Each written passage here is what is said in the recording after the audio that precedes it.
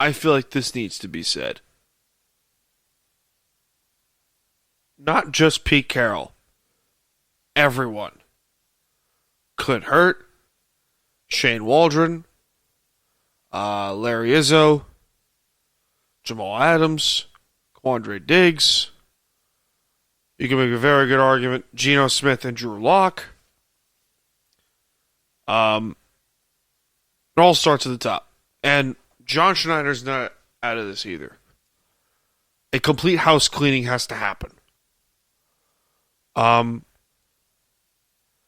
And I know this is a 4-straight or 4-game losing streak. But San Francisco is infinitely better than you. The Rams, despite having the same record you do, are better than you. Sooner or later, the Cardinals are going to be better than you too. Philadelphia, Dallas, Detroit, Green Bay, they might be better. I think Seahawk fans that live through Mike Holmgren, live through Jim Mora, live through pre-Mike Holmgren will remember, will honestly understand. I lived through Holmgren and Jim Mora, and Pete Carroll, of course, but the one thing that always keeps bothering me about this the last few years even, has been the offense is hit or miss, and the defense is terrible. You are a defensive coach. This is your MO. Defense. Why is it that your defense stinks? Okay?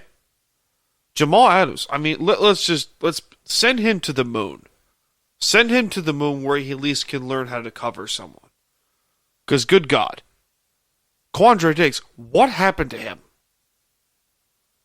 What happened to Quandre Diggs? I think overall, there's a bunch of players that they have that are really, you can build around. Starting with the offense, Kenneth Walker, Charbonnet, and we'll see Kenny McIntosh, the third running back, soon.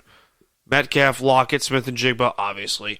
Jake Bobo, the tight ends of Disley, Parkinson, and Fant. The offensive line as a whole you can build around. Defensively, Draymond Jones, Jaron Reed, Leonard Williams, Mike Morris, Cam Young, Miles Adams, Brian Monet, whenever he comes back. Boy Mafe, Uchenna Nwosu, Bobby Wagner, and Jordan Brooks, if those two decide to come back to this team, or if Bobby decides to retire, who knows. Tariq Woolen, Devin Witherspoon, Trey Brown, Mike Jackson, Kobe Bryant. I mean, they got good corner depth. Two of the highest paid defensive players on your team, Jamal Adams and Quandre Diggs, have done nothing. They have done virtually nothing. And Pete Carroll, it's time.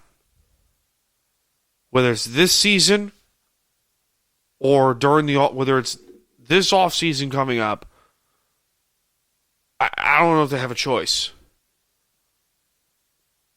They need to do something. This could be a personnel problem. This could be a lot of things.